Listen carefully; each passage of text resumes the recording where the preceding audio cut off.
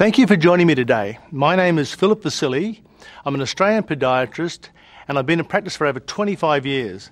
And now I'm going to tell you a little bit more about these products, primarily what are orthotics, secondly, how do they work, but more importantly, how these products can be used to treat many of the common aches and pains that we suffer from on a daily basis. As a podiatrist specialising in biomechanics, which is how the human body walks and moves on a daily basis, I've learned to understand how important the human foot is. We take between 5,000 to 8,000 footsteps per day on a very small unit which contains 26 to 28 bones per foot. And the foot is the sole interface between the ground and us. So it is important that our foot is working correctly to prevent many of these common aches and pains that we do suffer from every day. Now I'm going to talk a little bit about the walking cycle, or what I call the gait cycle.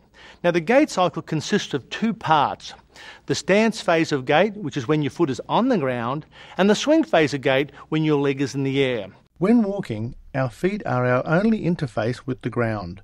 They are the first part of our bodies to experience the forces that are generated during walking, and the way these forces are distributed can have an effect on the other parts of our body. When we look at how the forces of walking could lead to common aches and pains, such as pain under the heel, pain at the back of the heel, and knee pain, one movement we are very interested in is called pronation. Pronation is a normal part of walking that happens every time we take a step.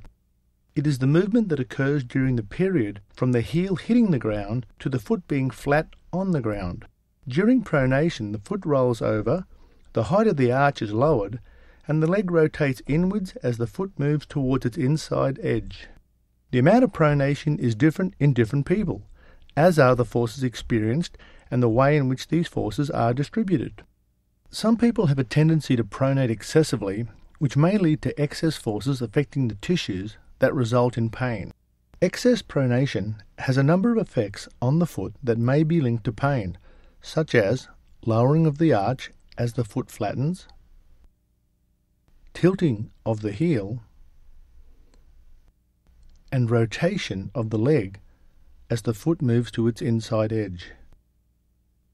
These movements can be increased as the amount of pronation increases, and may lead to forces and stresses being applied to the tissues that could cause pain, such as heel pain and knee pain.